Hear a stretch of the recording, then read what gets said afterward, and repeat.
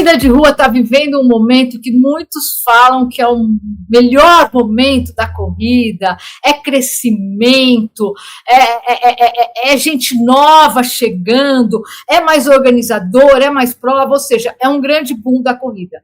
Para quem está na corrida há décadas como eu, é um novo boom da corrida, tá? E dentro desses booms, lá atrás eu vi nascer a Ticket Sports. Então hoje eu estou aqui com o Daniel Krutman, é assim que fala, Dani? Krutman, tá? Que é o CEO da Ticket Sports. Qualquer corredor do Brasil tem seu cadastro na Ticket Sports. Todo mundo tem seu cadastro na Ticket Sports. Se você corre nas provas do Brasil, você está lá, dentro do cadastro, na base de dados da Ticket Sports, que é a maior plataforma de inscrição e serviços, não só de corrida, mas de esportes em geral. Né, Dani? Obrigada, Dani, pelo esse papo que eu estava esperando há bastante tempo. Obrigada por estar aqui com a gente. Obrigado Rô.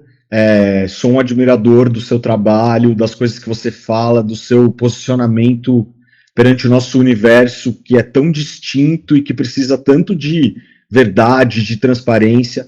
Eu estou aqui com o maior prazer do mundo para responder qualquer desafio que venha pela frente, para abrir o coração. Olha, a gente vai ter perguntinha legal, mas você sabe, eu costumo falar lá no podcast que de nós três lá do podcast, eu, a Rei e o Zé, né? Eu só que sempre põe um dedo na ferida. Você sabe que o meu dedo é pequeno, eu vou usar esse dedinho aqui, tá? Tá bom. Mas tem um pontinho na ferida. Dani, vamos começar a falar um pouco desse crescimento da corrida, né? Vocês têm uma base de dados enorme, milhões de corredores estão na base de vocês, tá? Então, assim, aumentou o número de inscrição, aumentou número de participantes e aumentou, e a gente vai falar um pouco disso também, número de organizadores. Eu queria que você trouxesse um pouquinho desses dados mais recentes, desses números que mais saltam aos olhos da gente. Muito bom. Deixa eu ver o que eu trago aqui de mais inédito também. A Olímpicos agora soltou um número, né, de 15 milhões de corredores, que foi uma pesquisa incrível. Eu amo que eles façam essa pesquisa. É muito difícil você ter marcas que devolvem para o mundo do jeito que eles estão devolvendo, e toda a minha admiração. Mas o mercado é mais do que quem corre, né?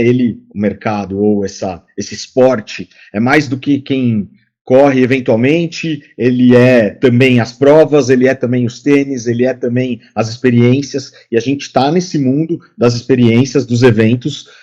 O ano passado a gente vendeu inscrição para mais de 4 mil eventos diferentes ao longo do ano. Brasil todo. Pelo Brasil todo. Foram quase 3 milhões de inscrições, 2 milhões e 900 e poucas inscrições, e assim, vem de um crescimento muito forte desde o ano de 2022.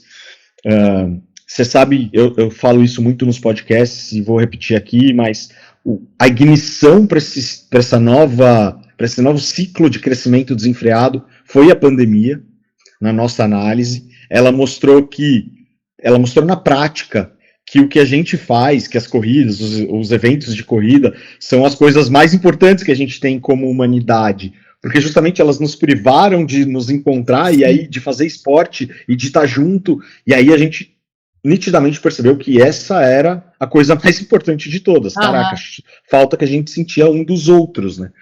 Então a gente teve que sobreviver à pandemia para enfrentar enfrentando um cenário totalmente adverso. Estamos fazendo aniversário agora, né? Foi começo de março. É verdade, dia 13, 16. Foi dia 13, assim, mais ou menos. Eu lembro que eu fui internada dia 10 de março e na sequência fechou tudo, né? Então estamos fazendo aí 6 anos de pandemia, 6 anos, e eu tô falando ainda de pandemia. O pessoal daqui a pouco vai ser velho que vai falar de pandemia, mas mesmo assim. Mas não tem como não falar, porque é uma mudança estrutural na nossa sociedade, não só no universo da corrida, muito grande que a pandemia trouxe, né, Dani?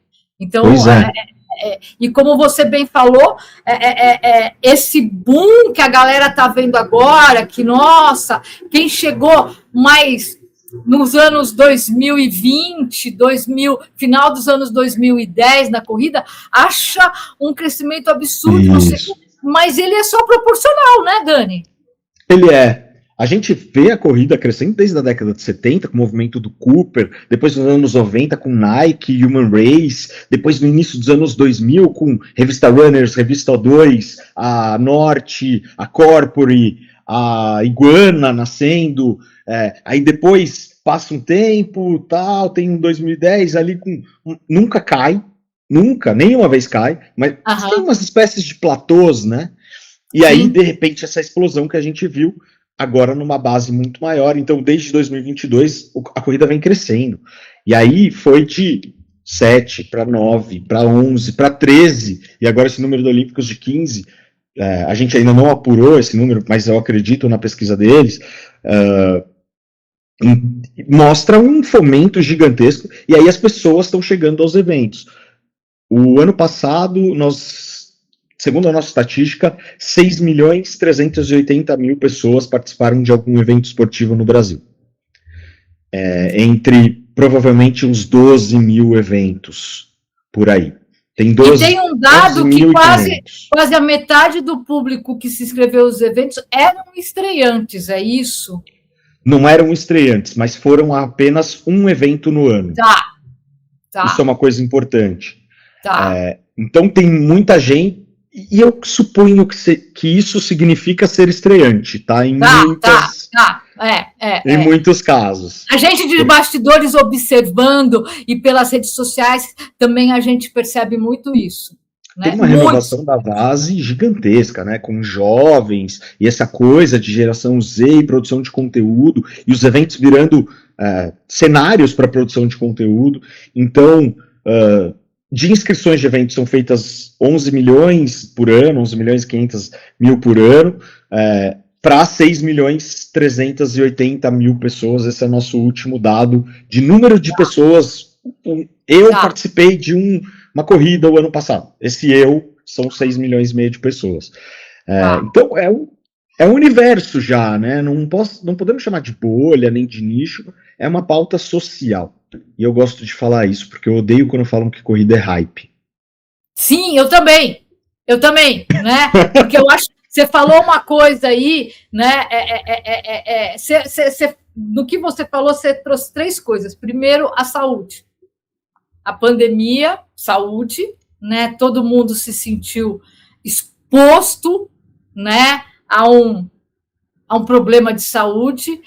Você falou da gente se encontrar, você falou de comunidade e você falou de troca de experiência, né? E eu acho que tudo isso também é resultado desse momento pandêmico, né? Como você bem falou, né? A gente e essas gerações mais jovens que estão fomentando esse crescimento buscam muito esses 3 pontos, vão muito atrás disso tudo, né? Concordo plenamente. A gente vê em outros campos, né? O setor de bebidas, pela primeira vez, se retraindo. Isso nunca tinha acontecido. A gente vê as ações da Diageo, a gente vê as ações esqueci a outra player forte de bebidas também caindo, né? Vou dar um exemplo. Hoje eu fui convidada para um evento, para um treinão que vai ter do Dia da Mulher, por e-mail, grupo tal. Eu falei, nossa, do que é esse grupo? É um grupo desses botecos famosos de São Paulo. Pois é. É a união entre o entretenimento, o esporte... uma rede de boteco, e aí eles me convidaram. Eu falei, olha só, meu Deus do céu. Né? É um outro momento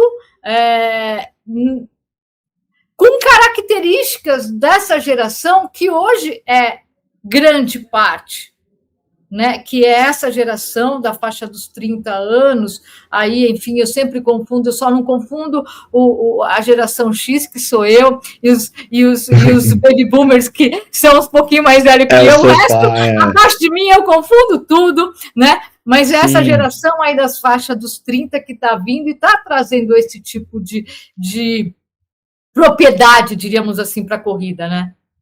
Total.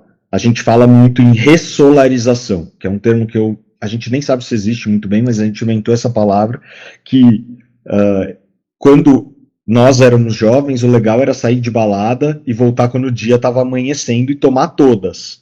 Hoje, o legal é amanhecer junto com o dia. Sim. Então, a gente trocou o dia pela noite. Agora essa geração está trocando a noite pelo dia de novo, como forma de interação social. E é muito mágico, né? Eu acho que é certo fazer isso. Apesar de não ter vivido isso na minha juventude, eu era baladeiro, era da night, mas eu entendo que...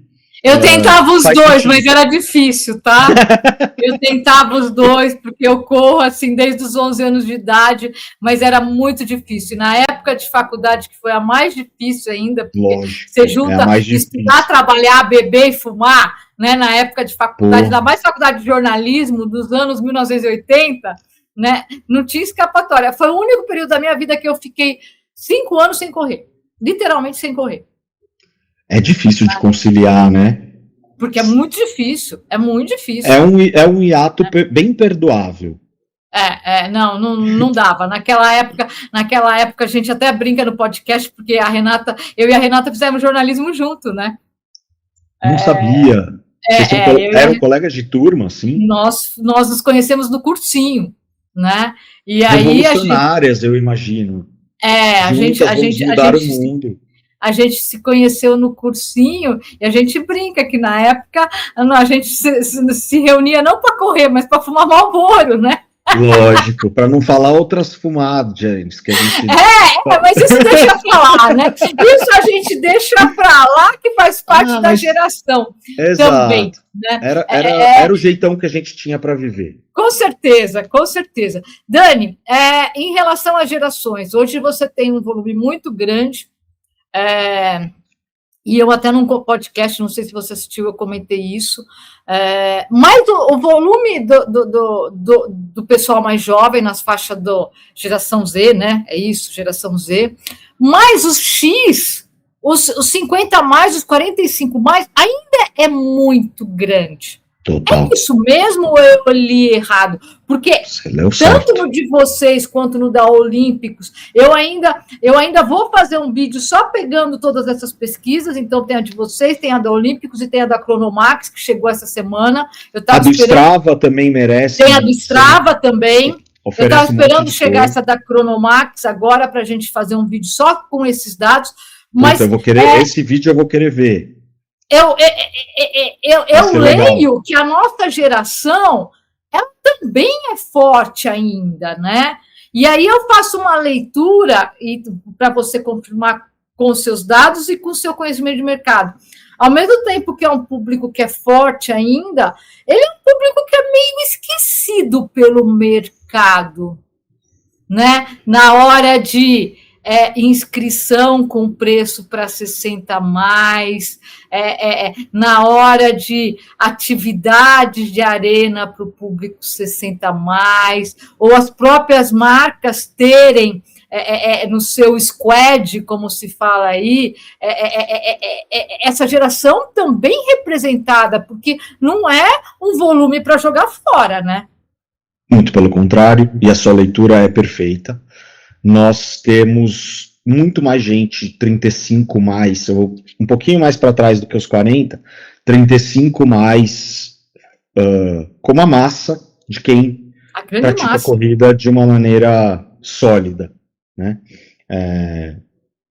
Vamos dizer que a gente tem 20% 30 menos, tá. E, sei lá, 60% entre 30 e 50 e 20% 55, 60 mais, né? Então a gente está falando é uma aí curva bem a gente está falando que de 35 mais, vamos pegar 35 mais no geral, você tem 50% do corredor brasileiro.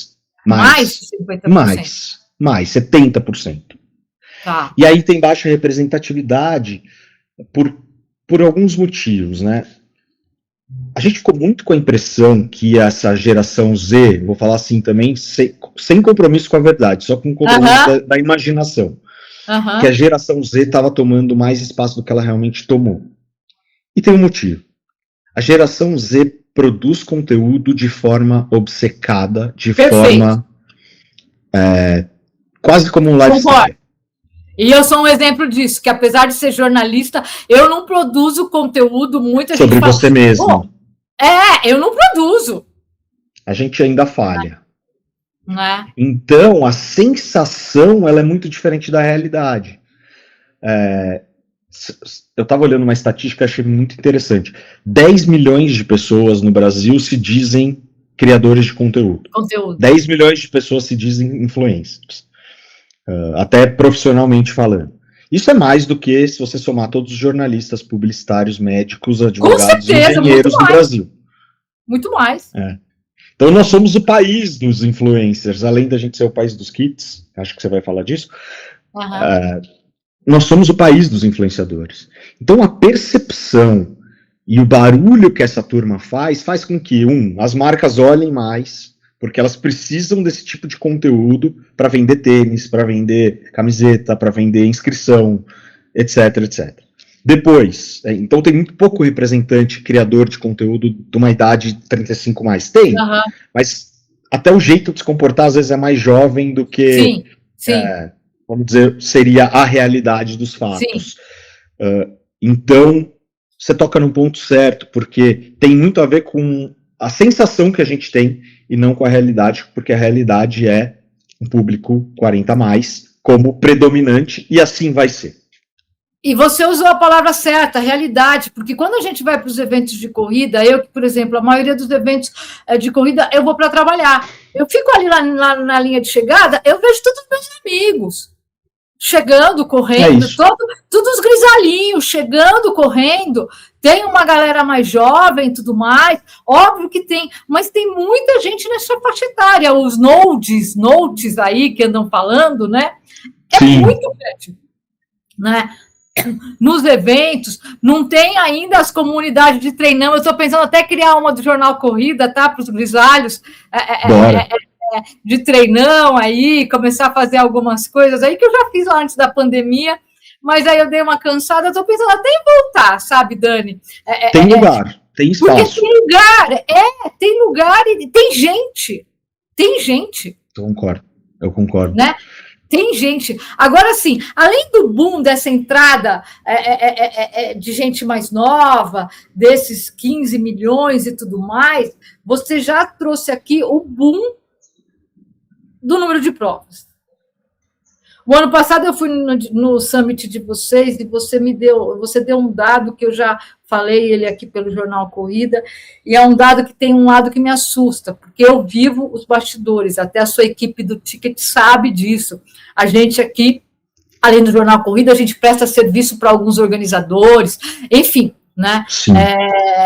E aí você deu um dado de que em 2020, o ano passado foi 25, em 2024, mais de 250 CNPJs novos de organizadores de eventos esportivos. Em 2025, nós tivemos 350 CNPJs novos de organizadores de corrida chegando no mercado. E é um boom de empreendedorismo num mercado que ficou muito visado, com uma percepção de baixa barreira de entrada que não se justifica. Que não é real. Não é real, porque é caro pra caramba fazer um evento.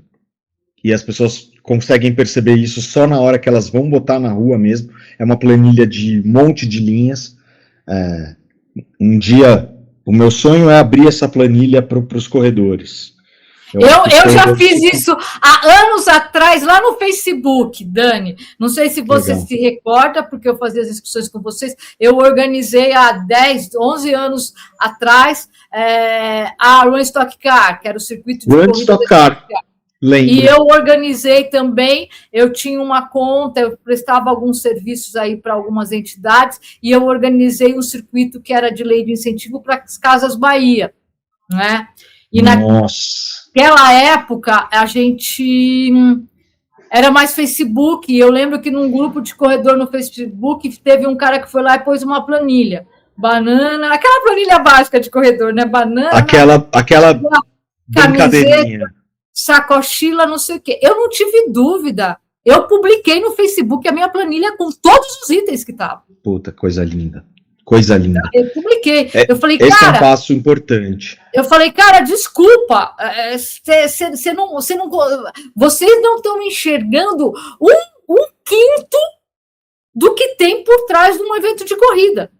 E eu falo, não só como organizadora, mas como uma profissional de comunicação e marketing, como uma jornalista. Está errado o que vocês estão fazendo. Né? Um efeito disso, que a gente vê depois, tem um crescimento gigante, um super boom empreendedor, alguns ficam, a maioria morre. 40% dos organizadores que existiam há 10 anos atrás não existem mais. Não existem mais. 40%. Eu tenho certeza. São poucos, o mercado inteiro. São poucos os que conseguem sobreviver, conseguem manter aí no mercado. A gente que está há mais tempo, a gente conhece quase todo mundo, então a gente sabe tudo o que acontece. E não é uma defesa, tem muito organizador, e eu vou te perguntar umas coisas aqui, tem muito organizador que está precisando de chacoalhão e de ser enquadrado. Justo.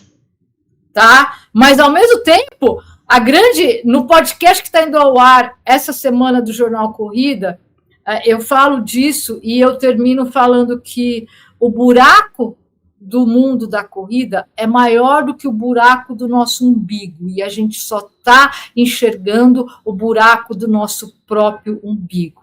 Isso serve para nós corredores, isso serve para organizadores, isso serve para todo o ecossistema de corrida. Né? Então, cresceu, mas tem muita coisa para amadurecer ainda, né? Esse boom de provas, ele veio, mas até que ponto é saudável, vai manter o crescimento, ou já saturou, Dani? Nós já embicamos em 2026, crescendo bem menos do que nos anos anteriores. Foi um mercado que cresceu, sei lá, 30, 20, 40, 30 de novo, sobre bases que iam aumentando. Então, se você pegar o crescimento de 2019 até 2026, centenas de pontos percentuais. Uhum. Então, continuou crescendo, agora a base já cresceu mais. E aí, esse é o primeiro ano que a gente está vendo crescer de maneira orgânica um dígito só. Tinha crescido acima de 2 dígitos todos os últimos 5 anos. 2026 há uma desaceleração, não é que não está crescendo. Está crescendo. Mas não é mais naquele ritmo alucinante. Não é mais naquele ritmo alucinante. Não tem como. Não tem como. E eu acho isso uma boa notícia. Apesar de ser mais difícil de vender inscrição, apesar de ser mais difícil de, ter ideias malucas e botar na rua, é um espaço que a gente vai ter para amadurecer. Porque quando você só cresce, parece que qualquer coisa que você faz, não é tudo, qualquer coisa que você faz dá certo. Então, você não precisa nem pensar tanto. Você usou outra palavra que eu venho usando quando eu venho falando do mercado: amadurecimento. Isso. Gente, chega de focar em crescimento. Agora precisa focar em amadurecimento desse segmento. Isso. Desse setor. Desse sistema. É o momento que estamos, finalmente. Então tem esse lado muito bom que pode preparar um crescimento mais sustentável, porque viver de boom comportamental pode ser, assim, muito esporádico, né? Pode ser muito dependente de catástrofes, enfim, de mudanças sociais que a gente não tem muito controle sobre, como foi a pandemia. A gente se estruturar para crescer, que seja 5% ao ano, que seja 3% ao ano, no número de corredores, no número de pessoas indo em provas, no número de crescimento de tênis, lá na frente vai ter consistência para a gente falar que a gente fez o século da corrida. E acho que essa é a meta. uma profissionalização, né? Porque se a gente pegar os números do Brasil, a gente fala desse boom. Tem um vídeo no canal do Jornal Corrida no YouTube, não sei se você chegou a ver, do ano passado ainda, com a pesquisa da Olímpicos do ano passado, que eu faço um paralelo. Tem uma entidade americana que tem um monte de dados lá, eu assino eles e entrei lá nos dados deles, e eu faço um paralelo com dados do outro mundo, de outros lugares do mundo. Então, assim, se a gente for pensar, no Brasil ainda é muito pequeno o percentual de corredor, né, em relação à população geral. Acho que dava 6%, uma coisa assim, e tem países, e não estou falando dos Estados Unidos só não, que é 40%, 30% da população. Eu estou falando de México, eu estou falando de Colômbia, que tem 10%, 18%, 20% da população que pratica corrida de rua. Ah, mas a população é melhor. Sim, a população é menor, mas a gente está falando de percentual da população geral, que é isso que é legal, né? Então, assim, a gente tem muito ainda para crescer nesse sentido, mas precisa disso, né? Precisa sair dessa informalidade, né, Dani? Sim. Eu acho que com o crescimento a gente ficou com um alvo maior nas costas. E foi um ano de tomar muita porrada o ano passado, de muito aprendizado. já vou dar umas porradinhas aqui, relembrar umas porradinhas aqui de vocês no ano passado. Recordar é viver. Mas o que eu tenho falado muito para os organizadores não dá para aprender e não fazer nada a respeito. Então, continua fazendo. É a mesma coisa de que você vai lá, faz uma receita de bolo, você bem. Um exemplo bem raso aqui. Você faz uma receita de bolo, você resolve inventar diferente do que está na receita ali, não dá certo e você continua querendo inventar diferente do que é a receita. É isso. Então, assim, vai fazer parte a gente ter feedbacks negativos, né, feedbacks de oportunidades por parte dos atletas. Lógico que a gente exige respeito e dignidade nessa hora, mas faz muito parte. E aí, o grande segredo vai ser ouvir as pessoas, porque a gente tem insumo suficiente para saber o que precisa melhorar. As pessoas gostam de falar sobre corrida. As pessoas, na verdade, amam falar sobre prova, sobre corrida, sobre experiência. Então, tem um tesouro aí, elas vão falar o que deu errado. Fato nós precisamos colher esses insights e fazer alguma coisa a respeito. Saiu pesquisa do Olímpico, saiu pesquisa da Cronomax, saiu pesquisa do Strava, saiu pesquisa do Ticket Sports. Organizador, olha quanto dado você tem para trabalhar. Não dá para olhar esse monte de coisa e continuar no mesmo caminho. O mínimo, você vai ter que virar à esquerda ou à direita. E não dá para o organizador chegar, que nem, infelizmente, eu já cheguei a ouvir de organizador em trabalhos que a gente faz para organizador, a prova é minha, eu faço do jeito que eu quero. Aí você morre, né? Obrigada, Dani, ainda bem que é você que está falando, né? Porque às vezes a gente também sofre um outro problema aqui, aproveitando que a gente está nessa Semana da Mulher, a gente sofre um outro problema aqui no Brasil e no mundo da corrida, é que a gente, enquanto mulher, a gente fala algumas coisas e a gente é vista como louca, como exagerada, como não sei o quê. E aí um cara como você tem uma voz que, nossa, eu cansei de ouvir de cliente meu, não, mas o Dani fala não sei o quê, o Dani da Ticket Sports, eu tô falando... Eu já falei isso há 50 anos, porra. Eu estou falando a mesma coisa que o Dani, só que não com as mesmas palavras, né? E mas tem muito organizador assim ainda, né? Só para aliviar um pouco essa fala, você fala as coisas que eu escuto e eu replico por aí. Então, melhor do que influenciar é ser um meta-influenciador. Você influencia quem influencia. Obrigada, Dani. Entendeu? Lembra disso. Tá bom, entendeu? Eu vou lembrar, e eu tô ensaiando para começar a escrever sobre mundo da corrida e dos esportes lá no LinkedIn. Eu me inspiro muito em você nos seus posts, eu vou começar a escrever lá. Você é uma meta-influencer.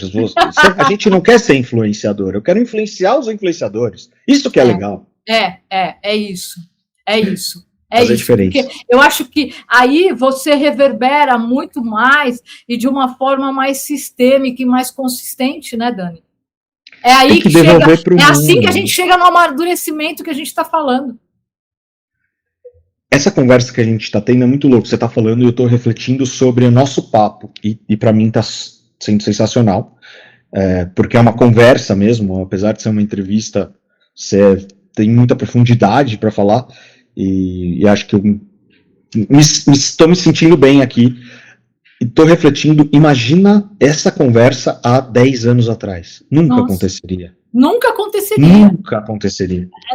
Dani, não precisa nem ser 10 anos. 3. Antes da pandemia, 2019, ano antes da pandemia.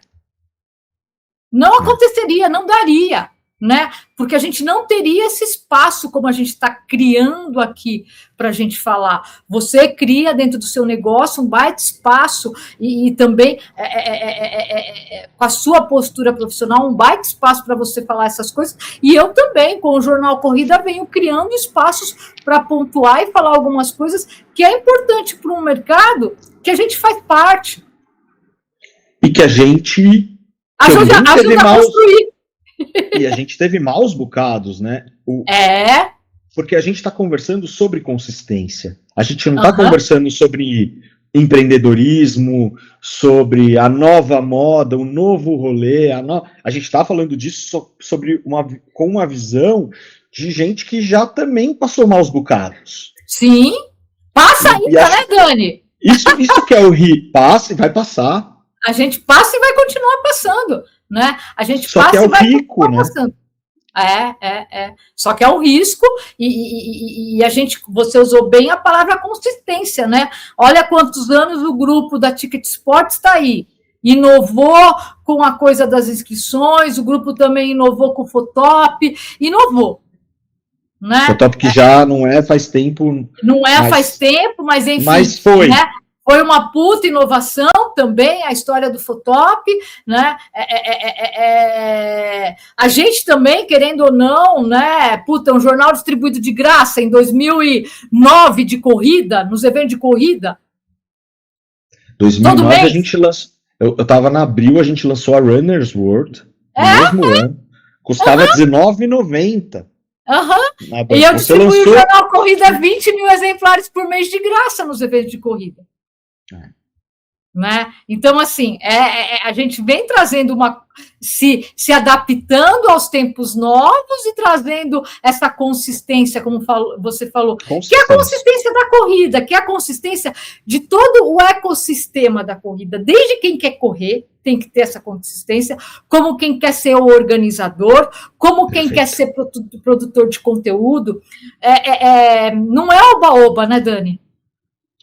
Não é do dia para a noite que você vai conseguir alguma coisa que realmente produza um legado. Porque você pode até ter muita vontade, ter muita paixão, mas para ser reconhecido como algo que vai perdurar e que vai tocar alguém de verdade, é necessário dar um passo de cada vez. E a corrida... E você acha que essa geração que está chegando agora tem um pouco de visão diferente ou não? Eles ainda estão distantes de absorver essa consistência e essas necessidades desse nosso mundo da corrida? Eu vou usar agora a sua palavra. Acho que tem muito mais oba-oba. Tá. Tem muito mais o ha-ha-hu-hu que eu também falo, né? Ha-ha-hu-hu. Ruim? Não. Bom? Não. É o que é. Sem julgamentos. Sim. Sem julgamentos. Porque eu gosto, inclusive, que seja pelo oba-oba, chega aí. Que seja não pelo oba-oba, chega aí também. Todo mundo está convidado. Não tem... como não tem bolha de dentro para fora, não tem bolha de fora para dentro. De fora para dentro. Cola aí que é todo mundo amigo. Por outro lado, eu imagino que esse número de 55% de pessoas que foram em só um evento ano passado, se a gente fizer um recorte por idade, muito provavelmente a representatividade de idades mais jovens seja maior do que de idades mais velhas. Ou seja, essas pessoas de 20 e poucos anos estão experimentando o nosso mundo. Muita gente vai ficar, muita gente não vai.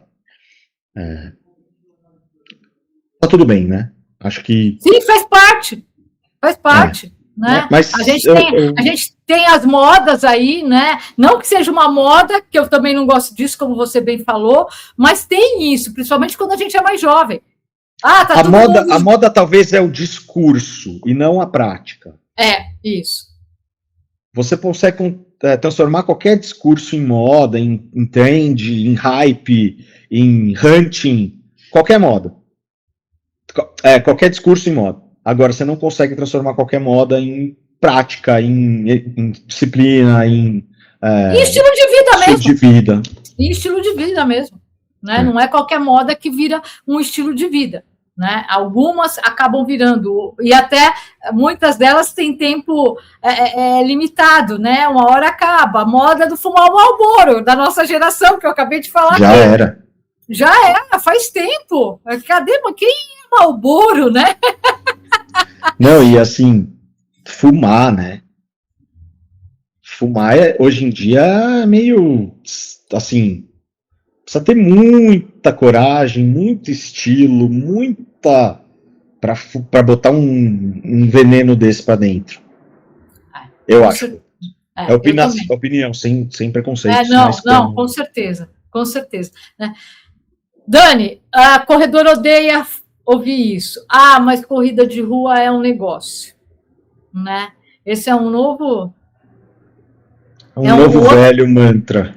É uma coisa que corredor odeia. Basta você usar o termo negócio, mas mais do que negócio, hoje, eu acho que a corrida no Brasil ela já é uma grande indústria, né? Porque movimenta bilhões. Eu amo o case da Olímpicos e vou defendê-lo até a morte. Eu também. Nós não só somos uma indústria, como a gente já está produzindo tênis de categoria mundial. O Ticket Sports está internacionalizando.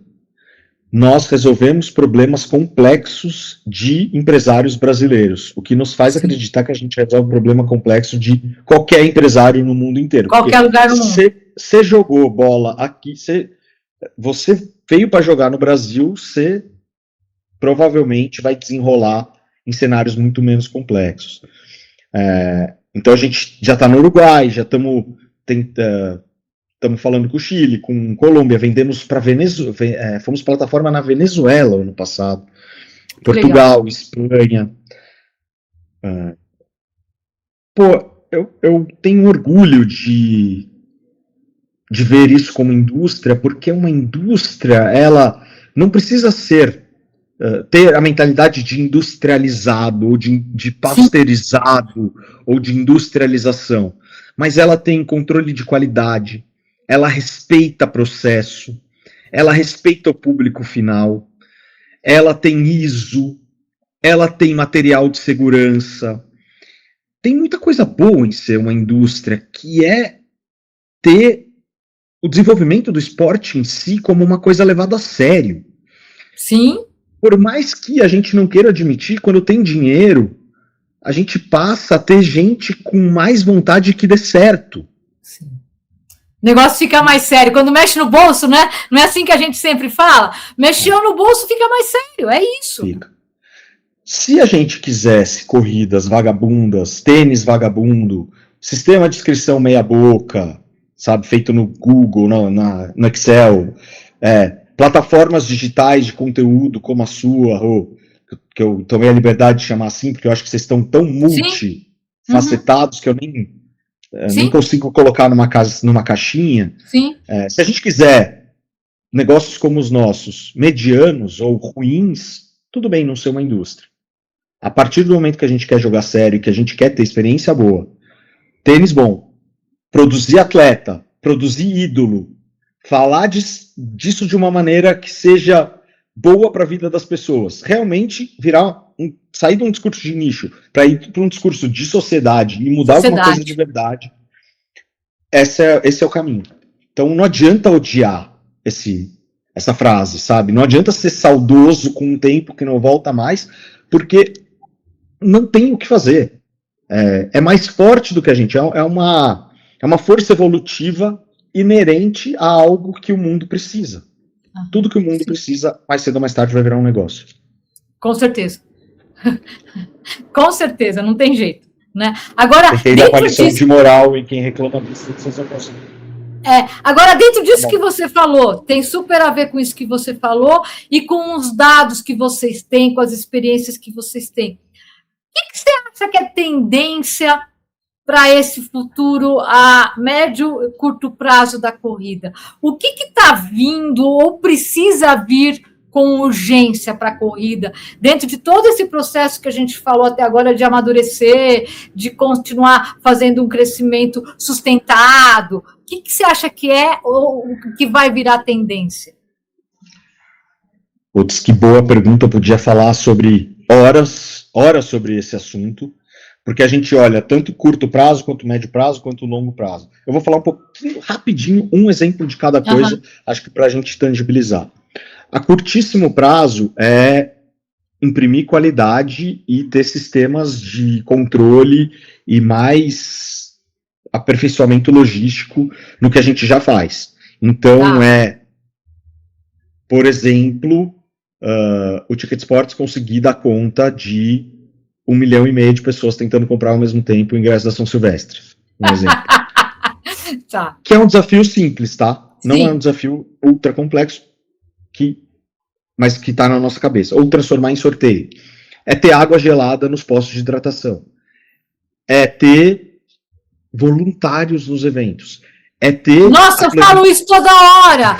Dani, toda hora eu falo isso. Gente, no mundo inteiro. No mundo inteiro, as grandes provas têm voluntário. Poxa vida, quando eu organizava os meus eventos, eu chamei alguns colaboradores do Jornal Corrida para trabalhar, não como voluntário, não, eu paguei, tá? E na época até paguei bem, né? Para eles entenderem o que eram os bastidores. E eu tenho eles até hoje me falando, Rô, eu passei a correr de um outro jeito. Eu passei a enxergar o meu esporte de um outro jeito. Eu falo que essa coisa do voluntário é tão importante que no Brasil a gente não tem. Não, e é cultural, é triste que a gente não tenha, mas é um possível passo.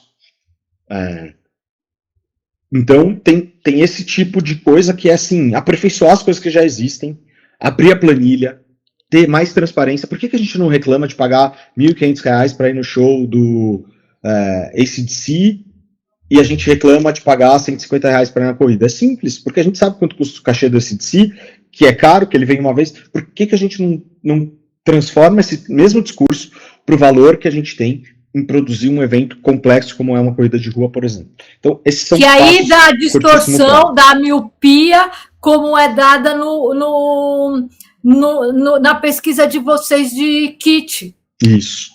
Que a pessoa, a grande maioria, eu fiz as contas aqui, a grande maioria aqui, ó, mais de 50% acha que a camiseta ou é de graça ou custa até R$25. Em 2009, talvez. Em 2012.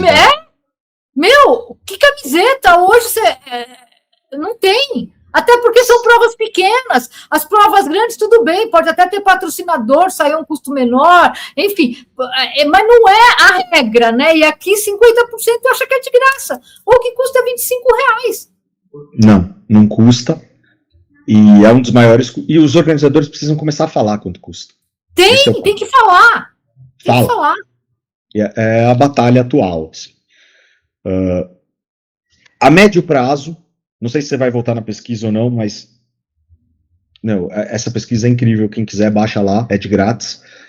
A gente mapeou tudo sobre a relação do brasileiro. Eu vou deixar o link para baixar a pesquisa para quem quiser. Na verdade, as duas pesquisas de vocês mais recentes, eu vou deixar o link aqui, aí a galera entra lá. Sensacional. A médio prazo, eu gosto muito da meta da Maratona de Londres, que diz querer customizar 100% da experiência para os atletas da maratona. E o que significa customizar? Significa que você vai escolher que no quilômetro 5 você quer que tenha água, no quilômetro 8 você quer que tenha um chocolate, no quilômetro 17 você quer que tenha Coca-Cola, no quilômetro 28 você quer que tenha uma barrinha de cereal, um gel de carboidrato, no quilômetro 30... né? Sonho de consumo de qualquer corredor, né? E eles já estão implementando sistemas, se eu não me engano, daqui a 1 ou 2 anos já vai ter um teste para 1.000 corredores selecionados que vão poder customizar o percurso, pelo menos essa questão de alimentos, bebidas, gel, e até um pouco de experiência. Eu quero que minha família esteja no quilômetro 32, porque é o quilômetro que mais é difícil para mim, ia ser... Então, esse tipo de capacidade de, ao mesmo tempo, de fazer um evento para 50 mil pessoas, customizar a experiência de cada uma dessas 50 mil pessoas, é algo que a tecnologia vai viabilizar e que eu acho lindo. A longo prazo, tem mudanças tecnológicas absurdas. Uma que eu gosto de citar muito é a tecnologia de reconhecimento facial substituindo o número de peito. Perfeito. Hoje e ajudando a acabar com os pipocas. Isso que eu ia falar. Hoje tem muito problema de fraude com o número de peito. Gente que tira xerox, enfim, né? Criatividade da péssima intenção. O Face ID, ele mata esse problema. Ele tem um grande desafio de implementação, precisa ser top-down, né? A regra é da World Athletics, que você precisa correr com o número de peito, até ter uma tecnologia que seja possível para isso, né, vai demorar muito, porque você precisa baratear muito ela e testar muito ela, mas eu acho que em uns 20 anos a gente não vai mais ver número de peito. E outra tecnologia que eu gosto muito de falar e não muito dela é o biohacking, né?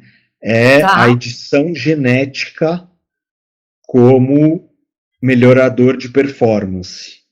Então, a gente não vai mais tomar comprimido, a gente não vai mais tomar bomba, eu digo, quem quer que seja. Vai ser possível editar a base de dados dos seus genes, a base de dados do seu DNA, para alterar, então, a sua capacidade, por exemplo, de absorção de O2. Para alterar, que delícia! Vai chegar logo isso! Porque eu já tô velhinha, Dani! Eu quero voltar a correr na montanha e a menopausa e a idade não estão me deixando, cara! Você vai pegar, certeza, eu também. Até já tem algumas coisas acontecendo, tem uma tecnologia muito já usada, chama CRISPR, de edição de genes.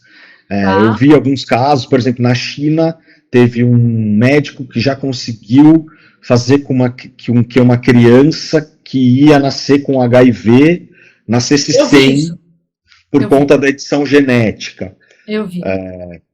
Eu acho que primeiro a medicina vai se apropriar e aí depois vai chegar para a melhora de performance. Tem um risco gigantesco que é o doping não vai mais ser tão fácil de... Não, já não é fácil. Vai ser muito mais difícil de entender doping e qual é o limite do que é ser humano. Sim. Viajei? Não. Isso, na verdade, tem a ver um pouco... Você trouxe um gringo, para falar uma vez, o ano passado... Não foi? A Ticket Sports convidou um gringo e fez um bate-papo com um gringo que falava um pouco de tendências. Agora que você começou a falar, eu lembrei desse bate-papo com ele, foi um papo online, você abriu e aí ele... O cara da TCS, da Tata Consulting Group. Isso, da Tata, exatamente. Sensacional. Sensacional, falou um monte de coisa. Você começou a falar, aí agora eu lembrei dele falando, né? Legal. Assim, a gente precisa tentar buscar esses objetos, esses sinais de futuro no presente, para tentar projetar até o que vai nos matar, né? Até a etiqueteira, do jeito que ela existe, provavelmente não vai mais existir daqui a 10 anos. Então vamos falar da etiqueteira? Bora.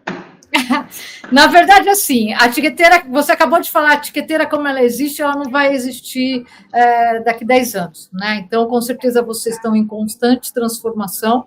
Isso é nítido, é claro. Eu tenho o privilégio de correr em outros lugares, então a gente percebe isso. Não é porque você que está aqui, eu falo isso de bastidores, eu faço algumas defesas de algumas coisas do Brasil de bastidores, que às vezes a galera fica brava comigo. Mas, assim, a entrega que você tem, a facilidade, o funcionamento, tudo que o Ticket Sports faz. Eu vou dar um exemplo, a prova que eu sempre faço lá no Chile. Eu odeio aquele site de inscrição do Chile. Não vou nem falar o nome, mas o nome veio na cabeça aqui agora, sabe? Meu, é um horror. Né? Então, a gente tem problemas, né? Você falou de situações do ano passado, o corredor, e a gente também cobrou, né, nos nossos podcasts, nos nossos posts, né? Razão. Então, a gente teve duas situações, uma delas foi a maratona, quer dizer, a São Silvestre, né, que foi lá aquela fila, enfim, e depois virou o sorteio. Isso é Ticket Sports, mas, ao mesmo tempo, tem outros eventos que não usam Ticket Sports e que tiveram o mesmo problema. Justo.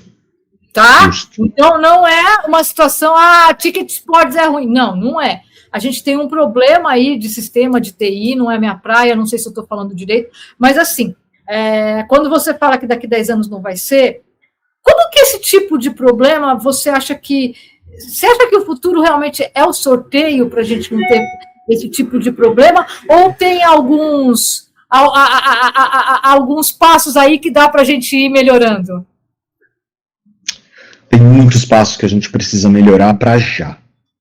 Nós tomamos uma lição de vida, de carreira, de história, com o acontecido da São Silvestre e alguns outros detalhes que aconteceram nesses últimos tempos. E, assim, com toda a humildade, dizer que aprendemos, uma lição dura,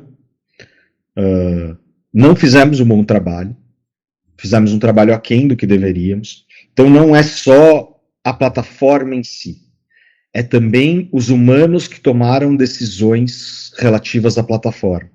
Tá. A tecnologia, hoje, ela passa cada vez mais a ser um item acessível. Tá. A inteligência artificial ajudou muito nisso, né? A gente hoje tem poucas dúvidas do que fazer.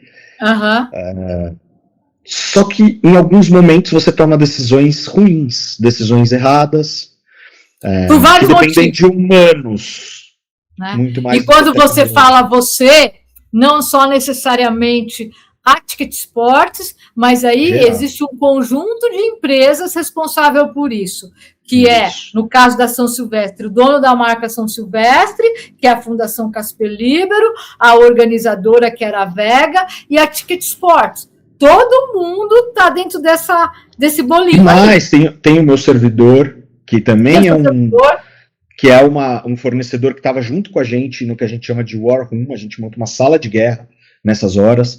Tinha o pessoal da Fila Digital, que é uma empresa que a gente contratou, é uma empresa britânica que a gente contratou, que em tese era a melhor do mundo, e que não deu conta de falar pra gente o que estava acontecendo. Tentaram até colocar um brasileiro na sala, não deu certo. Então tinha ali umas 6, 7 empresas diferentes, com cada um com o seu know-how, e a hora que o castelo de cartas começa a desabar, tudo que você faz piora. Vamos fechar e vamos colocar tudo. Piorou. Agora vamos abrir, piorou. Aí foi quebrando. Então, não tem ensaio para a vida real. Sim. Isso é um aprendizado que a gente tomou na cabeça por causa disso, sabe? A gente fez um monte de exercícios, tentamos um monte de lá, justamente o que a gente não fez foi o que aconteceu. Talvez poderia ter acontecido N e outras coisas que a gente também não viu, mas esse erro, exatamente esse, a gente não comete mais. Eu acho que isso vale para tudo que a gente fizer a partir de agora. A gente está com um compromisso muito maior de estabilidade, gastando muito mais dinheiro com isso. A realidade da corrida mudou e a gente precisa acompanhar. Então a lição maior é essa, no sentido de capacitar melhor as pessoas para tomarem decisões melhores nesses momentos de Nos crise. momentos de guerra, de pico, de crise. De guerra, e também para planejar melhor. Então, acho que tem uma carga humana que ela pode ser muito mais interessante de trabalhar do que a própria tecnologia. A tecnologia tem. Sim. Não sei se eu respondi muito sabonete. Não, você respondeu e eu já estou de coração. Eu já estou te dando estou pensando aqui numa réplica para você. Agora, dentro disso, você acha que, por exemplo, grandes eventos que tem uma grande procura, como o caso da São Silvestre e, por exemplo, da Maratona do Rio, que mesmo não está com vocês, né? Você acha que a solução é como a Maratona de Nova York, como a Maratona de Londres, é realmente seguir para o caminho do sorteio? E o brasileiro tem que se acostumar com isso? Eu também acho. Eu também acho, você entende? Mas eu fui apedrejada. Eu também acho. Acho que é melhor para todo mundo. É justo. É justo. Talvez não seja o melhor para quem já está correndo há 15 anos. Ok. Não, entendi. Concordo. Concordo. Né? Mas se as grandes provas pelo mundo, as principais provas pelo mundo, estão fazendo isso há tempos, por que a gente não pode fazer isso com as nossas grandes provas? A lógica deles é justiça. É justiça. Eu entendo que tem algumas coisas que destravam. Você correu 10 anos seguidos, você tem direito agora a... Ou você correu 3 anos seguidos, que seja, né? Não precisa 10 anos. Você tem direito agora a ter uma prioridade, alguma coisa assim. Eu acho que esse tipo de flexibilidade precisa rolar. Agora, você fazer uma fila para quem compra primeiro... sabe o que aconteceu esse ano com a São Silvestre, por exemplo? A gente tomou um monte de ataque hacker. Eu sei, eu fiquei sabendo, enfim. E aí começou a me cair porque eu, por mais que eu não fosse correr, eu e os 5 colaboradores do Jornal Corrida, nós 6 ficamos ali tentando se inscrever. Adorando, né? Não, e tentando se inscrever. Se eu entrasse, eu ia inscrever outra pessoa, porque eu não ia correr, eu ia trabalhar. Justo. Mas a gente ficou ali. E aí, a hora que começou a circular algumas coisas, eu falei, galera tá hackeando. Mas como hackeando? Eu falei, cara... Né, a gente, por exemplo, teve um robô que fez mais de 400 mil requisições no site. Então, ele fica disparando, ele fica tentando login, senha, tal. E fora que tinha muitas pessoas com várias janelas abertas, etc. Aí, beleza. A gente fez o sorteio para 5 mil pessoas só. Tiveram 45 mil pessoas interessadas. Fizemos o sorteio. Avisamos as 5 mil pessoas. Quantas fizeram as inscrições? 3 mil. Eu vi, porque começou, até brinquei num podcast, né? Segunda chamada. Eu falei, gente, segunda, terceira. Vocês não estavam brigando por causa de inscrição? Caramba, o que aconteceu? Isso. Então, é saudável, sabe, essa situação do sorteio, deixa todo mundo menos ansioso. Foi um mar de ansiedade, foi muito ódio, e eu entendo as pessoas. Imagina que merda você ficar 6 horas na fila, 5 horas na fila, 3 horas na fila, e não conseguir, e o negócio te jogando pra fora. É assim, nossa, dá um aperto no coração. A gente ficou muito chateado, fiquei arrasado meses. Não tô mais. Já saí da deprê. Demorou, mas já saiu. Exato. Mas o sorteio nos pareceu, em resumo, mais civilizado. Vídeo essa semana mesmo, que a gente está aqui gravando, conversando, foi a semana do sorteio de Nova York. 240 mil se inscreveram no sorteio e 1% deles se garantiu inscrição. Oi? Legal!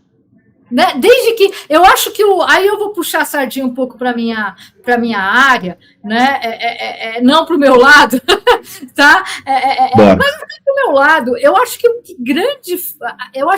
a gente tem um problema de comunicação muito grande ainda no mundo da corrida no Brasil. Se as coisas ficam bem comunicadas desde o início, não tem o que reclamar. A gente tem um problema de comunicação e um problema de leitura, porque o brasileiro também não lê nada. Não lê nenhum regulamento e aí vai lá querer reclamar e lacrar nas redes sociais. Mas eu acho que os organizadores eles precisam começar a criar uma rotina de comunicação um pouco diferente, um pouco melhor, para evitar esses tipos de problema. A partir do momento que você sabe que a maratona de X agora é sorteio, acabou, você vai entrar no sorteio, você vai arrumar uma outra maratona para substituir. Isso. E vai ser feliz.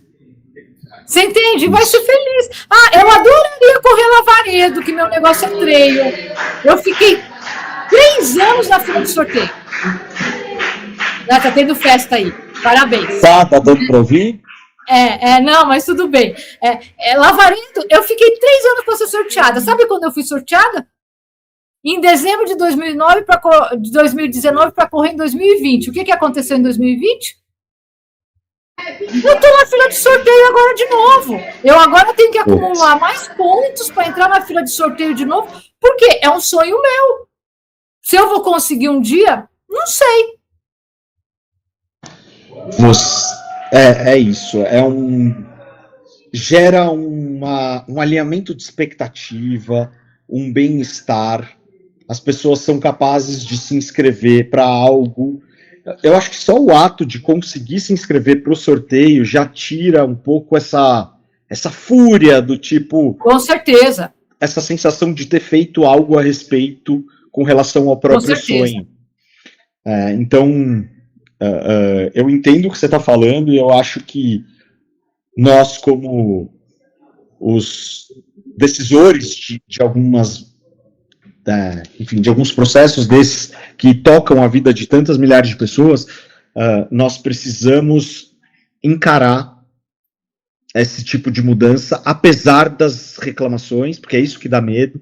Dá medo, a gente vai mudar e vamos tomar porrada nas redes sociais, né? Como já se viu, se tiver sorteio eu não vou conseguir, e eu já fui 50 anos seguidos, e a gente vai ter que encarar discursos como esse, que muitas vezes vão ser odiosos, mas para fazer o que é melhor para o todo, e aí passar uma arrebentação de acostumar e de aculturar o nosso setor com coisas que são benéficas, ao invés de ficar refém sempre de um discurso de quem está um pouco, vamos dizer, reacionário a esse tipo de coisa.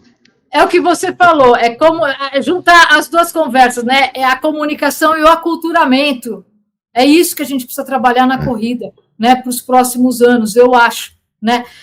Dani, eu ficaria com você aqui mais 1 hora. Acho que tem muita coisa. Eu te agradeço e queria que você, assim, deixasse uma última mensagem, uma última reflexão para quem vive esse mundo da corrida com a gente, né?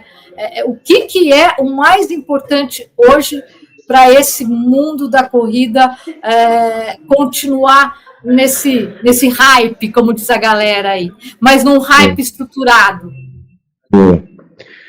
Na minha opinião, nós estamos vivendo o começo de uma grande revolução histórica, que eu tenho chamado, inclusive, de um novo renascimento, como foi o renascimento das artes na Idade Média, que é o renascimento da nossa relação com as experiências, com o nosso corpo e com o bem-estar. Para mim, a corrida tem um ciclo que começou agora, de crescimento pelos próximos 100 anos. E nós somos a semente desse século da corrida, porque a corrida é uma arma, é uma ferramenta completa, que ataca as epidemias mais difíceis do mundo. A epidemia de doenças mentais, a epidemia de solidão, a epidemia de obesidade, a epidemia de saúde, qualquer que seja. Ela é a ferramenta mais democrática e profunda e humana para os próximos 100 anos da nossa existência. E a gente faz parte disso. E se você começou a correr, ou se você já é um corredor há muito tempo, parabéns, porque você descobriu a fórmula de viver muito melhor. É isso, né? Eu costumo falar que corrida é uma ferramenta de saúde pública. A partir do momento que os governantes do mundo né, enxergassem isso, seria tudo tão mais saudável, né? Enfim. Se ajeita a educação, se ajeita a saúde, se ajeita tudo. Tudo. Né? Mas a gente segue fazendo a nossa parte, né, Dani? Seguimos você brilhantemente aqui. E a gente aqui na batalha. Com certeza. Dani, muito obrigada pelo papo mais uma vez, e sempre que você quiser ou tiver novidade, vem e a gente conversa e a gente passa a informação para o nosso público. Obrigada, um ótimo 2026 para o Grupo Ticket e boa sorte e sucesso. Prazer enorme estar aqui.